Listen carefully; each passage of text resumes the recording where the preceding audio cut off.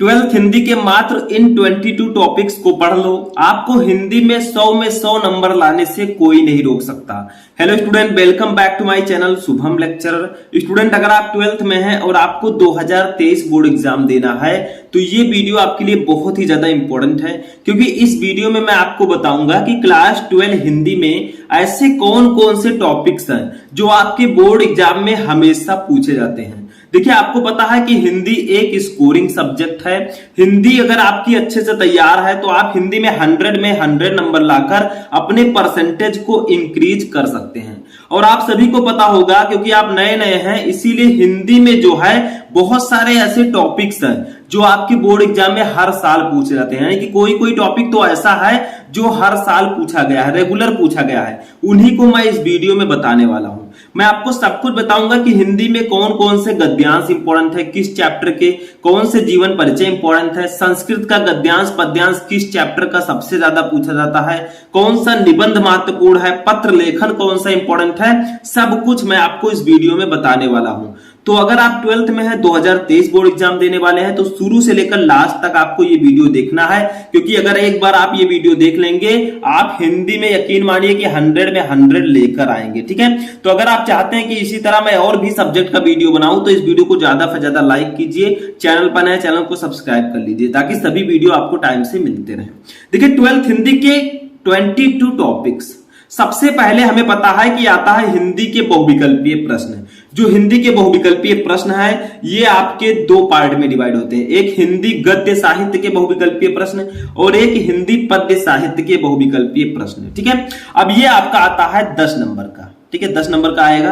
अब आपको क्या करना है इसके लिए, तो ये मैं नहीं बता सकता कि कौन कौन से बहुविकल्पीय प्रश्न एकदम आएंगे। ठीक है, क्योंकि इंपॉर्टेंट जो है वो मैं आपको पढ़ा रहा हूं लगातार, पहले भी मैंने पढ़ा रखा है। ठीक है, तो हिंदी के बहुविकल्पीय प्रश्नों में आप क्या कीजिए, आपको डेली कम से कम 25 से 30 क्वेश्चन आपको डेली बहुविकल्पीय प्रश्न पढ़ना है। ठीक है, 25 से 30 क्वेश्चन अगर आप डेली हिंदी के बहुविकल्पीय प्रश्नों को पढ़ते हैं तो आप एक महीने के अंदर ही हिंदी के सभी बहुविकल्पीय प्रश्न पढ़ लेंगे और उन्हीं में से आपके क्वेश्चंस आएंगे। ठीक है, बहुत सारे क्वेश्चन मैं आपको ऑलरेडी बता चुका हूं, आगे भी आपकी तैयारी कराई जाएगी रेगुलर। ठीक है, तो 10 आप 25-30 क्वेश्चन डेली पढ़िए, आपका महीने के अंदर ही हिंदी के सभी बहुविकल्पीय प्रश्न समाप्त हो जाएंगे।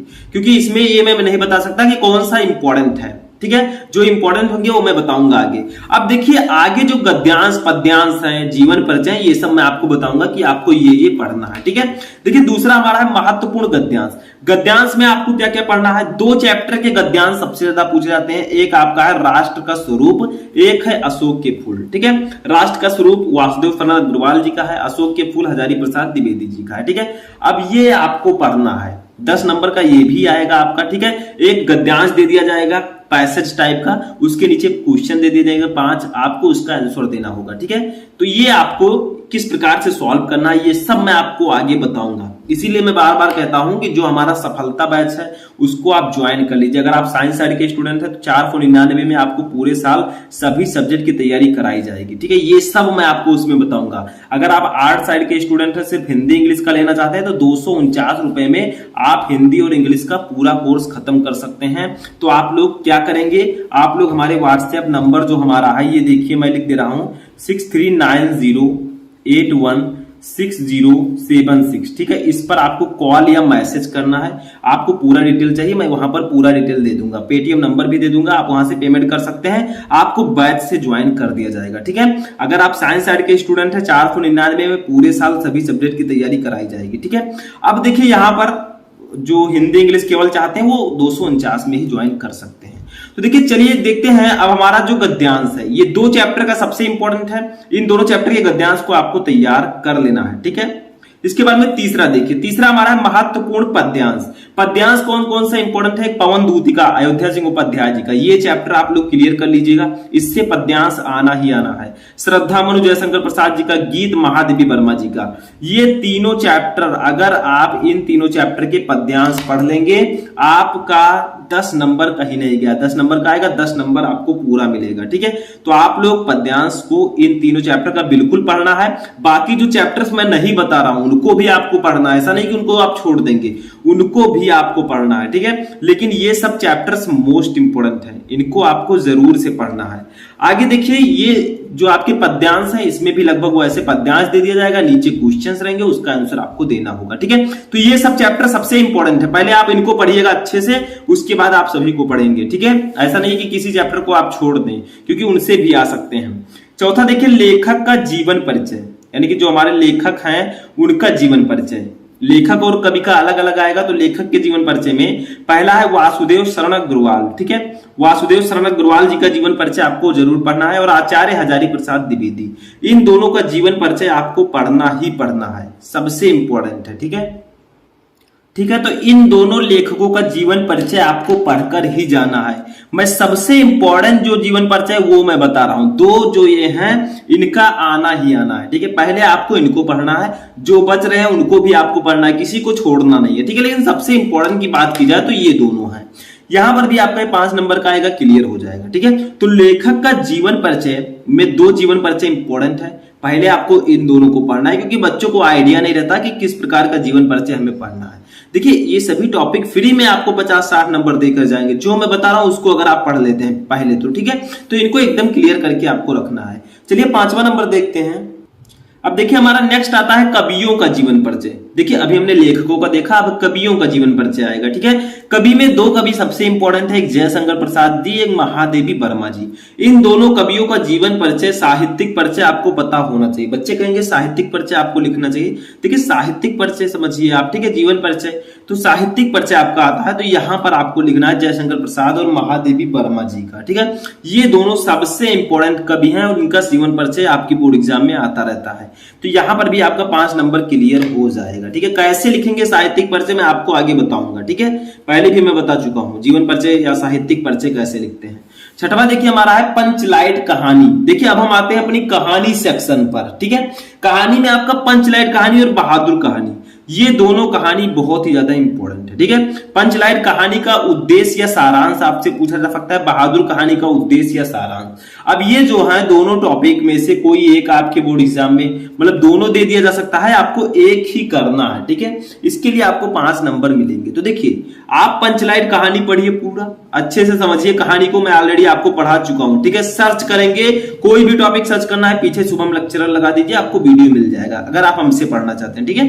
तो पंचलाइट कहानी और इसका उद्देश्य और सारांश दोनों याद कर लेना है, ठीक है। उद्देश्य का मतलब पंचलाइट कहानी का उद्देश्य क्या है वो आपको मैं बता चुका हूं, पंचलाइट कहानी का सारांश भी मैं बता चुका हूं, ठीक है। गोधन और ये सब इसमें थे, ठीक है। तो ये सब मैं आपको बता चुका हूं। बहादुर कहानी में बहादुर कहानी का उद्देश्य और सारांश दोनों पढ़ लीजिए, 5 नंबर आपका कहीं नहीं गया है।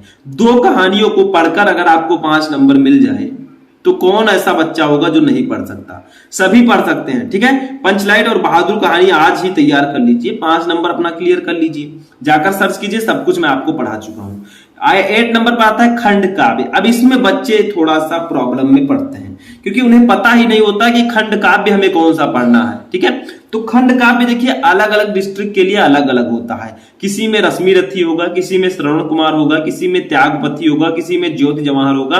तो आप लोगों के डिस्ट्रिक्ट के अनुसार अलग अलग रहता है। अब आप लोग कहेंगे सर मैं कैसे जानूं कौन से जिले का कौन सा, तो देखिए वो आप अपने टीचर से पूछिए, जो टीचर्स हैं आपके स्कूल के, उनसे पूछे कि सर हमारे जो डिस्ट्रिक्ट है इसमें कौन सा खंड काव्य रहता है। जैसे हम जहां से हैं यहाँ पर रहता है त्यागपति, ठीक है, तो मुझे तो पता है त्यागपति है। बाकी जिला जो है, जैसे विद्या क्वेश्चन बैंक एक आता है, उसमें आपको सब कुछ मिल जाएगा कि आपका खंड काव्य जो है वो कौन सा किस जिले के लिए है, ठीक है। वो भी मैं आपको बता दूंगा आगे कि किस जिले में कौन सा लगता है। तो देखिए खंड काव्य आपका आपके जिले के अनुसार होगा, ठीक है। तो आप अपने टीचर से भी पूछ सकते हैं, क्योंकि उन्होंने इससे पहले जो इंटर पास हुए हैं उनको भी पढ़ाया है, ठीक है, उन्हें पता होगा। अब खंड का जो हमारा समाप्त हुआ, यहाँ पर 50 नंबर का पेपर हमारा हो चुका है, ठीक है। अब आते हैं खंड खा पर। खंड खा में सबसे पहले 9 नंबर पर क्वेश्चन आएगा, संस्कृत का महत्वपूर्ण गद्यांश। अब संस्कृत के महत्वपूर्ण गद्यांश, जिससे मैंने आपको हिंदी के महत्वपूर्ण गद्यांश में बताया कि 2 चैप्टर इंपॉर्टेंट हैं, राष्ट्र का स्वरूप अशोक की पुल, वैसे इसमें भी 2 चैप्टर इंपॉर्टेंट हैं, एक संस्कृत भाषा या महत्वम, एक महामना मालवीय, ठीक है। ये दोनों चैप्टर आपको जरूर से जरूर पढ़ना है। पंचशील सिद्धांता भी है, उसको आप लोग तैयार कर लीजिएगा। तो 2-3 चैप्टर जो ट्रेंडिंग में चल रहे हैं, बाकी जो चैप्टर्स है वो भी आपको पढ़ना है, मैं पढ़ाऊंगा सब कुछ, ठीक है। तो ये आप लोग पढ़ सकते हैं, इसके लिए आपको दिया जाएगा 7 नंबर। ठीक है। अब आते हैं अपने 10वें पर, संस्कृत का महत्वपूर्ण पद्यांश या इसी को हम लोग बोलते हैं श्लोक। ठीक है, इसमें क्या है, जैसे आपका गद्यांश है वैसे पद्यांश भी। इसमें करना क्या होता है, गद्यांश में आपको दे दिया जाएगा संस्कृत का एक पैसेज, कहा जाएगा इसको संदर्भ लिखकर हिंदी में अनुवाद कीजिए। संदर्भ में आपको सिर्फ पाठ का नाम लिखना है और हिंदी में अनुवाद कर देना है। संस्कृत का महत्वपूर्ण पद्यांश सबसे महत्वपूर्ण चैप्टर है सुभाषित रत्नानी। इसमें एक ही चैप्टर है सुभाषित रत्नानी, जिससे श्लोक पूछे जाते हैं। बाकी जातक कथा में एक आध श्लोक होगा, वैसे दिया होगा नीचे। ठीक है, बाकी जो पद्यांश है उसका सिर्फ एक ही चैप्टर आप में है सुभाषित रत्नानी। तब तो वैसे ही आपके 7 नंबर क्लियर हो गए। देखिए सुभाषित रत्नानी चैप्टर खोलिए, सभी पद्यांश का आप अर्थ निकालिए। ठीक है, बस 7 नंबर आपका पक्का। और ये एकदम फिक्स है कि सुभाषित रत्नानी चैप्टर से एक श्लोक आएगा जरूर। देखिए 2 श्लोक दिए जाएंगे, आपको एक ही करना होगा। तो एक ना एक श्लोक इस चैप्टर से आता है, तो ये ब्रह्मास्त्र है आपके लिए। 7 नंबर आपका हाथ में आपके है, फ्री में रखा है। ठीक है, इसीलिए मैं कहता हूं वीडियो को ध्यान से देखेंगे तभी समझ पाएंगे। तो सुभाषित रत्नानी चैप्टर को आपको जरूर पढ़ना है, इससे एक श्लोक आएगा ही आएगा, 100% गारंटी। ठीक है, हमेशा आता है, तो ये आपको पढ़कर जाना है। ठीक है, अब चलिए 11 नंबर देखते हैं। अब देखिए 11 नंबर हमारा है महत्वपूर्ण मुहावरे तथा लोकोक्तियां। 12 नंबर संधि विच्छेद, 13 विभक्ति और वचन, 14 शब्द युग्म, 15 शब्द अर्थ, 16 अनेक शब्दों के लिए एक शब्द, 17 वाक्य संशोधन। ठीक है, इतने जो टॉपिक्स हैं, अब इसमें कोई नहीं बता सकता कि कौन सा बहुत ज्यादा इंपॉर्टेंट है। ये तो मैं आपको बताऊंगा कि मुहावरे में कौन सा मुहावरा सबसे ज्यादा पूछा गया, सब मैं आपको आगे बताऊंगा। लेकिन इनको सबको अगर आपको पढ़ना है तो क्या कीजिए, इन सभी टॉपिक के डेली आप 10-10, 20-20 क्वेश्चन जितना कर पाए करें। अगर एक टॉपिक का आप एक दिन में करते हैं, मान लीजिए मुहावरे अगर आप केवल पढ़ना चाहते हैं आज, तो आप क्या कीजिए, आधा घंटा निकाल लीजिए, मुहावरे पढ़ लीजिए। ठीक है, 10 दिन में आपका पूरा कंप्लीट। तो ये सभी जो टॉपिक्स मैंने आपको बताए 11 से लेकर 17 तक, ठीक है, वाक्य संशोधन तक, ये सभी टॉपिक आपको पढ़ना है, ज्यादा से ज्यादा इसके क्वेश्चंस को सॉल्व करना है। ठीक है, जैसे मुहावरे और लोकोक्तियां आपका हो गया। ठीक है, 2 नंबर का ये आपके बोर्ड एग्जाम में आएगा, ये 3 नंबर का आएगा, ऐसे से 2-2 नंबर के आपके ये सब आएंगे। तो ये सब आपको पढ़ लेना है ताकि यहाँ पर आपका नंबर ना कटे और आपका सब कुछ क्लियर हो जाए। ठीक है, तो इसमें आपको क्या करना है, जैसे मुहावरे और लोकोक्तियां, संधि विच्छेद, इनके ज्यादा से ज्यादा आप क्वेश्चंस को पढ़ें, उसका आंसर पढ़ें। जितना ज्यादा क्वेश्चन आप पढ़े रहेंगे उतना ही ज्यादा बेनिफिट होगा आपके लिए, और आगे चलकर आपको बोर्ड एग्जाम में प्रॉब्लम नहीं होगी, पूरा नंबर आपको मिलेगा। ठीक है, ज्यादातर इसमें ऑब्जेक्टिव होते हैं, समझ में आ गया। अब देखिए 18 नंबर पर जो आता है, इसको आपको ध्यान देना है, रस, छंद, अलंकार, इन तीनों को आपको पढ़ना ही पढ़ना है और 6 नंबर अपना पक्का करना है। और ये 6 नंबर पक्का भी रहता है, क्यों?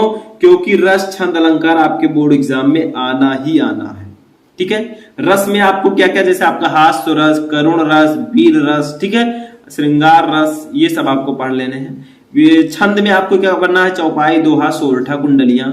और अलंकार में आपको क्या पढ़ना है, रूपक, यमक, उत्प्रेक्षा, श्लेष। ठीक है, ये सब आपको पढ़ लेने हैं, 6 नंबर कहीं नहीं गया आपका। तो देखिए क्या करेंगे आप, पूरा रस, छंद, अलंकार अगर एक ही वीडियो में आपको पढ़ना है तो YouTube पर सर्च कीजिए रस, छंद, अलंकार इन 1 वीडियो, शुभम लेक्चरर, आपको वीडियो मिल जाएगा जिसमें मैंने तीनों टॉपिक को एक ही वीडियो में पढ़ाया है। पूरा आपको उसमें मिल जाएगा, 24-25 मिनट का वीडियो। अगर आप पूरा देख लेंगे भैया, आज ही आप 6 नंबर क्लियर कर देंगे, कोई नहीं रोक पाएगा। ठीक है, तो जाइए देखिए, ये सब चीजें हमेशा पूछे जाने वाली चीजें हैं।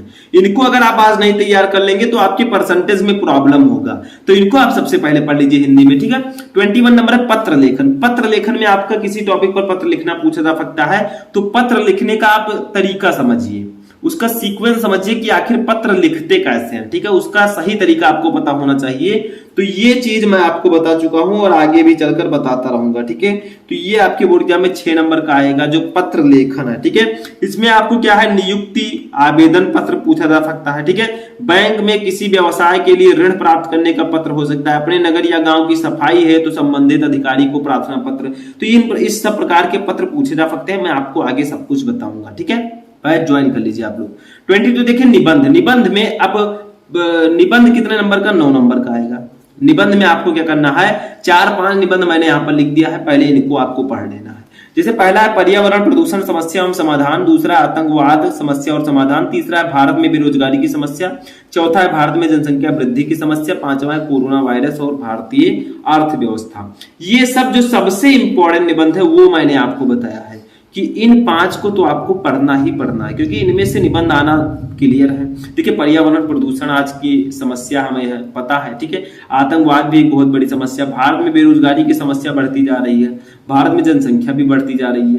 तो ये सब जो न्यू टॉपिक है, ट्रेंडिंग टॉपिक है आज के, वो सब अगर आप पढ़ेंगे, कोरोना वायरस देखिए कितना फैला था, तो ये सब इन सब टॉपिक का निबंध आपको जरूर पढ़ना। इसमें से मैंने पर्यावरण प्रदूषण पर निबंध मैंने आपको बता दिया है, सर्च करेंगे आपको मिल जाएगा। कोरोना वायरस पर भी निबंध मैं बता चुका हूं, तो 2-3 टॉपिक के निबंध मैं आपको ऑलरेडी बता चुका हूं, जाकर आप लोग देख लीजिएगा। तो यही वो 22 टॉपिक हैं जिनको पढ़कर आप हिंदी में 100 में 100 ला सकते हैं। देखिए, इनमें से कुछ टॉपिक तो ऐसे भी मैंने आपको बताए जो हर साल पूछे जाएंगे, जैसे आपका रस छंद अलंकार हो गया, ठीक है, पंचलाइट कहानी, बहादुर कहानी हो गया, खंड काव्य हो गया, उसके बाद में संस्कृत पद्यांश श्लोक हो गया, आपका सुभाषित रत्नानी चैप्टर का गद्यांश हो गया, ठीक है। बहुत सारे टॉपिक हैं जो हमेशा आते रहते हैं, जीवन परिचय हो गया, तो इनको आप लोग पढ़ लीजिए जो मैंने बताया। आई होप कि आपको ये वीडियो हेल्पफुल लगा होगा, बहुत ही इंपॉर्टेंट वीडियो था ये। तो आप लोगों ने लास्ट तक देखा, सब कुछ समझ में आ गया। अब आप अपनी तैयारी इसी के अकॉर्डिंग तैयारी करना स्टार्ट कर दीजिए, ठीक है। मैं भी आपकी तैयारी में लगातार तत्पर हूं और धीरे धीरे आपकी पूरी तैयारी में करवाता रहूंगा।